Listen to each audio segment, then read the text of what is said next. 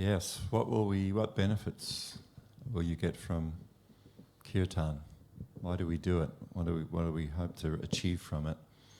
I'll tell you one thing up front, and you can't say I didn't warn you. You're getting warned officially now. If you engage in Kirtan regularly, it will ruin your life. Your life will never be the same. Some of you laughed. That's because you don't know. It will completely change your life. It will change your perspective on life. It will ruin your material life. That's a fact. That's what it's done to me. My material life is completely ruined. So if you don't want that to happen, leave now.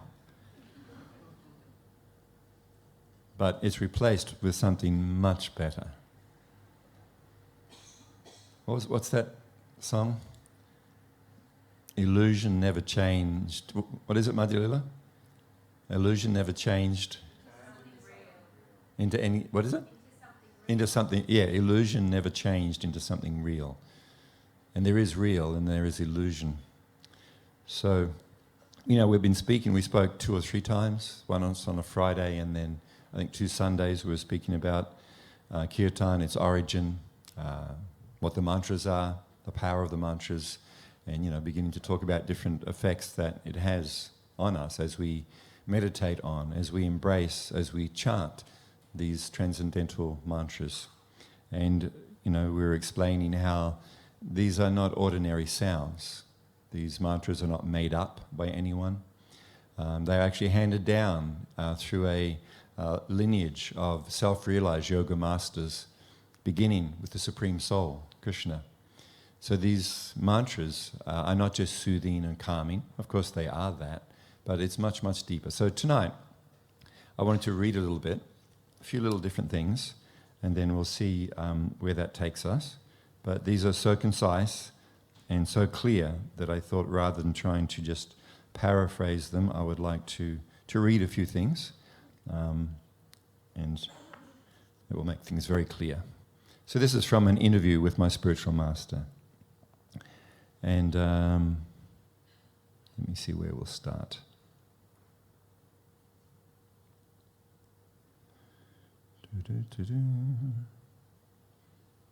This section was about insights on mantra meditation, and it was speaking about, there's different ways to practice mantra meditation. You can practice, as we did earlier, with breath, so adding mantra to the breath. You can practice in what is called japa meditation with a japa mala or meditation beads, and these are a more personal practice. You don't usually do it with other people, which is what Kirtan is. So it's in that context, and the question was, no, that's not it there. Here it is. So the question was, can you please explain the importance of mantra? Answer. From the Vedic or yoga perspective, you are the eternal Atma or spirit soul, temporarily covered by a material body and material mind. You are in fact a part and parcel, a spark of the Supreme Soul, the Supreme Atma. In the same way that the material body needs material food, you, the Atma within the body, need spiritual food, because you are spiritual in essence, and transcendental love is that spiritual food. Spiritual love exists within the heart of each of us, but it is covered over, much like a diamond is covered over with mud and dirt. The process of mantra meditation cleanses that dirt and mud off of the diamond of spiritual love. So we've used this example many times. We, the Atma, are like a valuable diamond deep within the earth. But here we're now getting insight into, what is the nature of that spiritual diamond, so to speak? What is our true nature? So when the dirt and the mud are cleaned off the diamond of spiritual love, so that is actually who we are. We are the Atma, the eternal living being, and our nature, our beauty is spiritual love. From the perspective of yoga, a mantra is the sound incarnation of the Supreme Soul, and it has the power to reawaken our spiritual love. Okay, so here's more benefits of, and what we can experience what will be the result of regular meditation upon transcendental sound, either in the form of japa, in breath meditation, or in kirtan. The same thing is there. So it reawakens our spiritual love. Simply by resting our heart and our mind in this transcendental sound vibration, we make direct contact with the Supreme Soul. So this is another benefit. This is what is taking place. Even though in the beginning we may not be fully aware of this reality, as we explained in previous talks, there is no difference between the holy name, this transcendental sound, and the Supreme. So we are in direct contact with the Supreme Soul, which is the ultimate goal of all meditation and spiritual practices, is union or yoga between us, the individual Atma, and the Param Atma, or the Supreme Soul. So this is very easily achieved, gradually, not all at once, but gradually as, the dirt is cleansed from me, the Atma, the diamond, the spiritual diamond. As that takes place, then more and more it reawakens our spiritual love, and we begin to experience direct connection with the Supreme Soul through this practice. Such contact with the Supreme Soul is what we need, whether we know it or not. Such contact is where we'll find true comfort, inner peace and happiness. This union or harmonious, loving relationship with the Supreme Soul. Thus, it is known as the highest samadhi. It is the very meaning of the word yoga. So people sometimes think that, samadhi means, almost achieving a void. You achieve where you become everything, or you become nothing and you merge into transcendence. The deepest, if you like, or the highest, depends on what analogy we want to use, realization, spiritual realization, is actually a loving relationship with the Supreme Person. That beyond the Brahman, or the ocean of spiritual light, there is the origin, the cause of all causes, the Supreme Person, from whom everything and everyone emanates. So it is the nature of the soul to love and to be loved. In fact, we are searching for that at every moment of our existence. We are always looking for someone to love me, someone who will accept me, someone who will understand me. And I am also always looking for someone who I can give my love to, who will accept me. And I want to give my love. So this is not springing from the body, from the material body. It is not springing from the mind. It is actually this desire for union of love is springing from the very soul, ourself, who we are. And because we are a part and parcel, a spark of the Supreme Soul, then actually it is that loving exchange between each one of us and the Supreme Soul where that love will be satisfied. So, here we're just reading about it. We could speak about every single sentence in here as a separate thing, but I just wanted to broaden a little bit and to give you an understanding of actually what Kirtan is all about and what the end result, what we will achieve through this process. So not only is it fun and enjoyable and touching, there are all these deeper spiritual effects taking place. So this is actually another little section in this book. It's called Kirtan, the heart and soul of yoga. So as you know, Kirtan is the singing or chanting of these sacred mantras or transcendental sounds. And, we've spoken about this before. This practice has been done since time immemorial. And in fact, it is there in this singing, of the names of the Supreme, the glories of the Supreme, the words of the Supreme, in every single spiritual tradition. It's there in everything. It's not just in what's come from India or what's come out of, Christianity or anything like that. It is actually a universal practice. So it is the recommended process for self-realization in the modern age.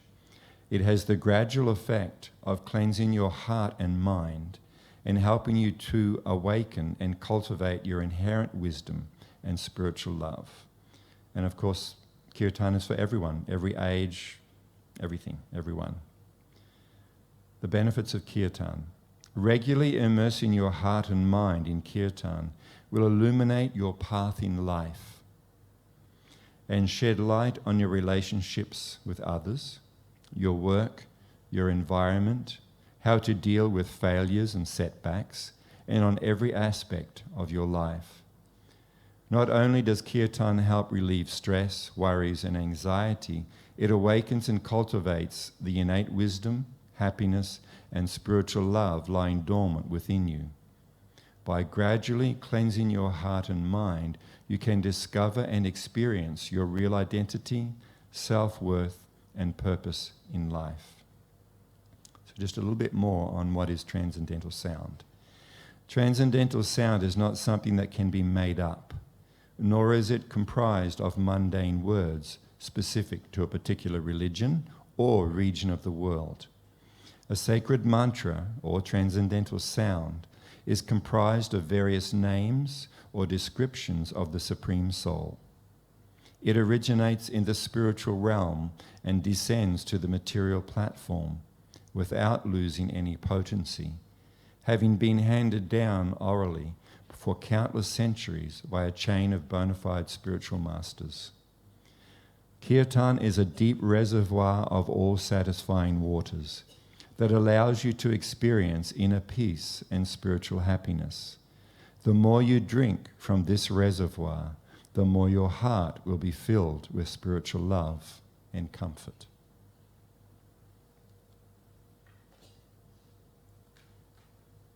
So that's a big promise, don't you think? That's promising quite a lot. So how will we know whether this is true? Well, first of all, it is there in, like I said, every single sacred book of the world. Since time immemorial, the sages, the saints, the representatives of the Supreme have all given us the same message. You are not your physical body. You are not your mind or your thoughts. You are not your desires. These are coverings over you, the pure soul. The living being, you and I, we are pure and joyful by nature. That is our real, true, eternal condition. But we are journeying through this material world, and we become conditioned to the point where we actually forget who we are. We basically have spiritual amnesia. Even though we may hear and maybe even accept, yes, I'm not my body, I'm different from my body and my mind. But as we go about our life day to day, this is how everyone relates to me, as if I am this body and, you know, this temporary identity which I have in connection with this body, that this is me. And I relate in the world in that way as well. So how do we actually come to be situated on that transcendental platform? Not just as an idea that we may accept or believe, but to actually come to know it and then to act on it in our journey through life. So this is where the practice of Kirtan, or the practice of mantra meditation, comes in. As we're reading, it purifies the heart and mind. It removes the illusions that are covering me. The illusion that I am this body, this is who I am. And this world and the experiences of this world, this is where I'll find my true happiness. So this is all an illusion. This is actually not true. No one in the history of the world, however many billions of living beings there has been in this world, since time immemorial, not one single living being has ever found satisfaction, complete and total satisfaction, by any of the experiences that they have gone through in this world. So if we're a little thoughtful, we will also understand that therefore it is not possible for me.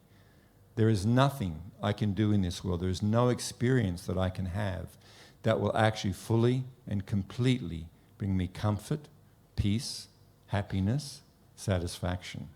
No one else has ever achieved it. But we're looking for it.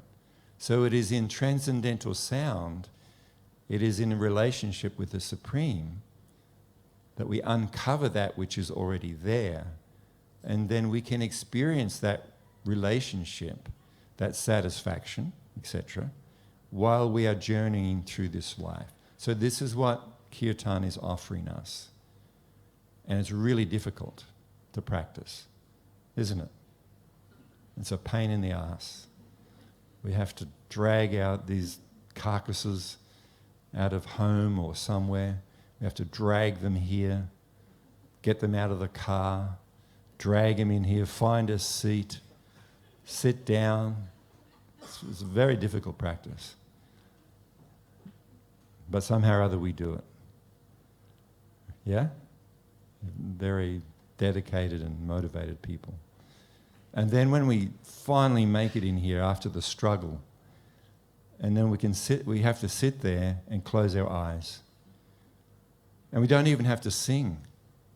You know, we can actually have a bit of a snooze, because the transcendental sound being chanted by others also has this purifying effect. That's how hard this practice is. Just being in the presence of that transcendental sound, because of the spiritual potency of the names, of the sound, it will work whether I believe it or don't believe it. This is a question sometimes people ask. You know, well, I don't know if I believe it. No, it will work whether you believe it or don't. The effect is not brought about by your faith in it. You cannot increase the effect, the potency, the benefits of Kirtan or transcendental sound by really, really, really, really believing in it. This will not make it more effective or potent. Or you might say, I think it's not true. It doesn't make sense to me. How can sound have such a deep impact on my eternal existence? So you may not believe it, or you may be unsure, or you may not be completely convinced. But for some, somehow or other, if you actually engage in it, even if it's from the point of view of you like the band, or you like Madhya, or you like me, or just like the experience, and that's why you come, still the effect will be there.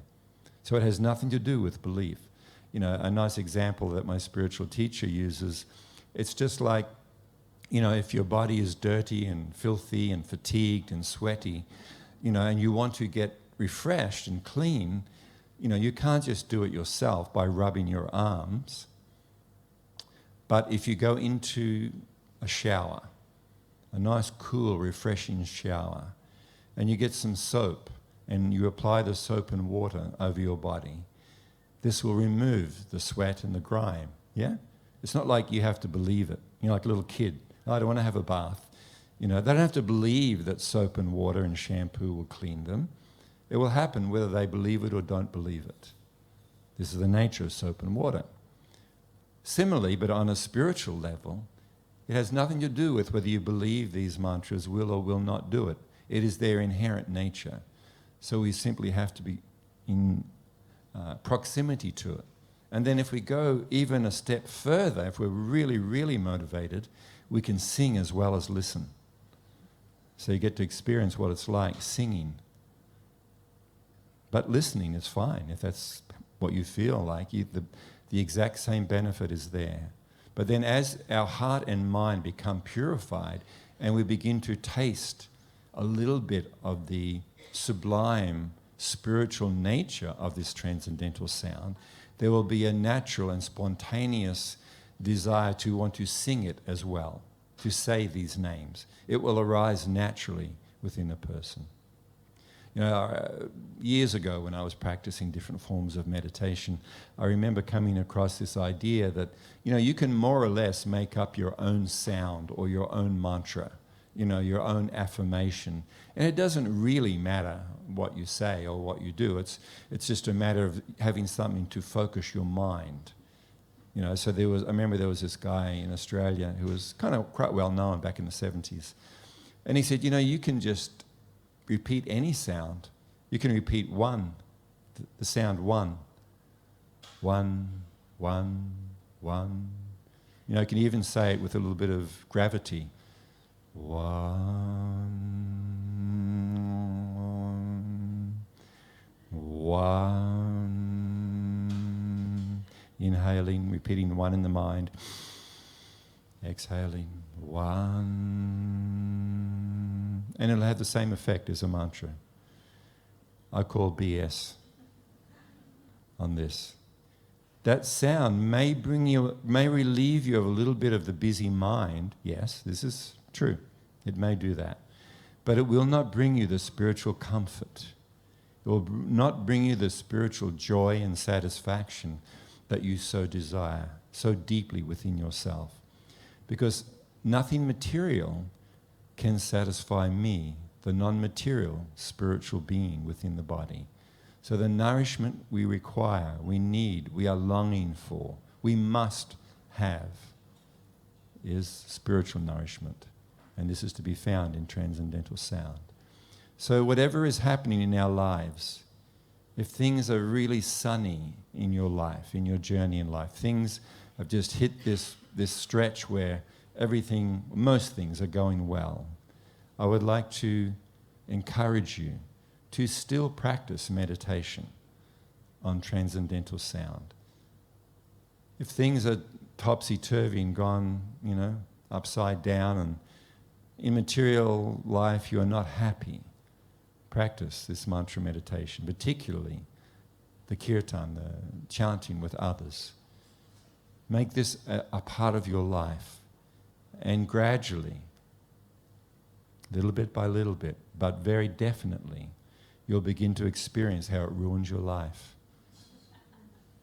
You will not be able to see life. It's ruined my life. I was a complete and total atheist, hedonist, materialist.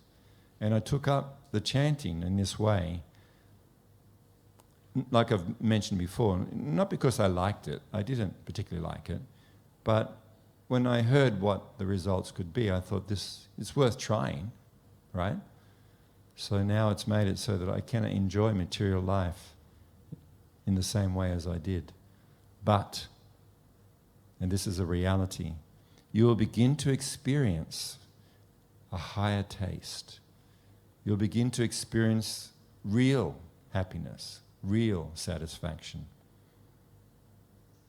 spiritual happiness, spiritual satisfaction. And this is so far beyond any experience that we may have in the temporary, impermanent, material existence.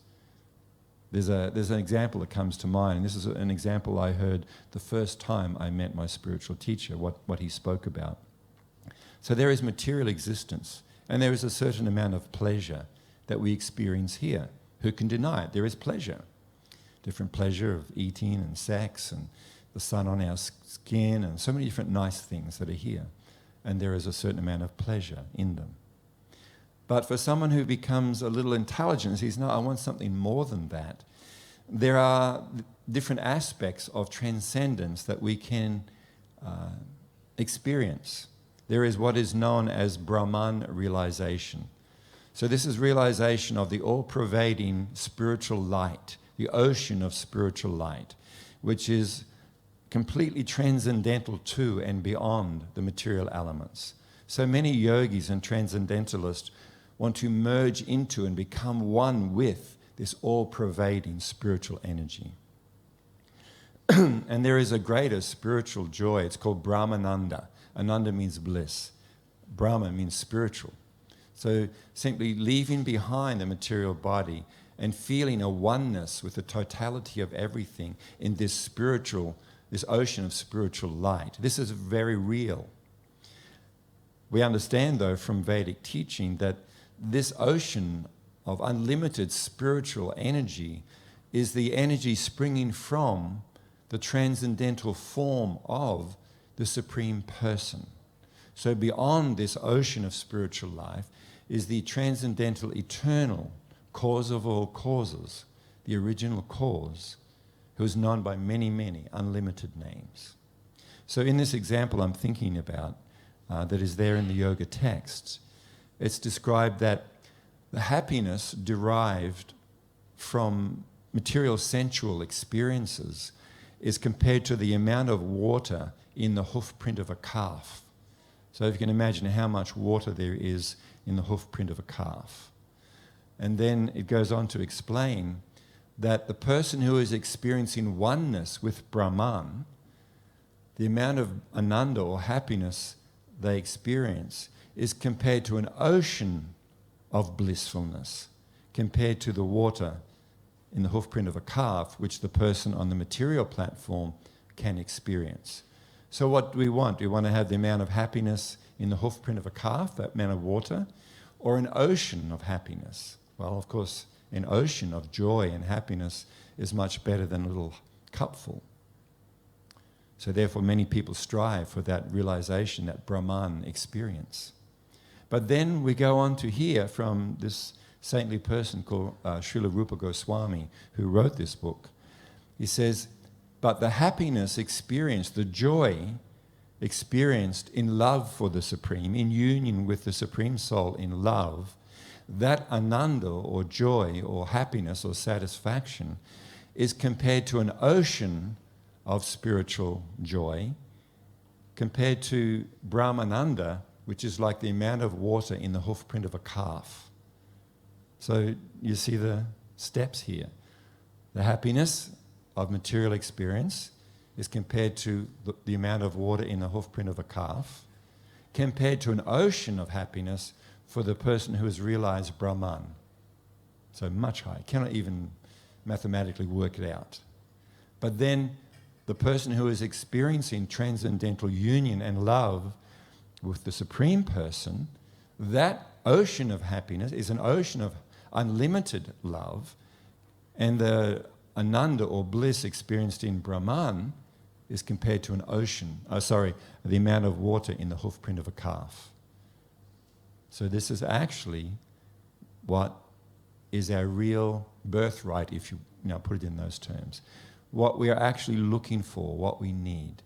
And Kirtan, the regular meditation, embracing, finding comfort and peace, immersing ourselves in transcendental sound, will gradually purify the heart and mind of all the unwanted things. And we will gradually taste this higher happiness, this highest happiness of spiritual love. So it is not like we have to give up pleasure or joy or satisfaction or happiness, but we should find that which is the most perfect. And Kirtan actually brings us to that most perfect thing which we are looking for. Thank you very much.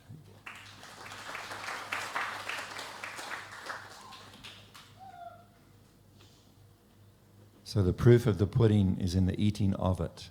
So you may not go, well, I'm not, that sounds interesting, but I don't really know. So we have to taste, we have to eat, we have to engage in this practice, and you can experience for yourself. So again, it has nothing to do with your belief or my belief. It can be through direct perception.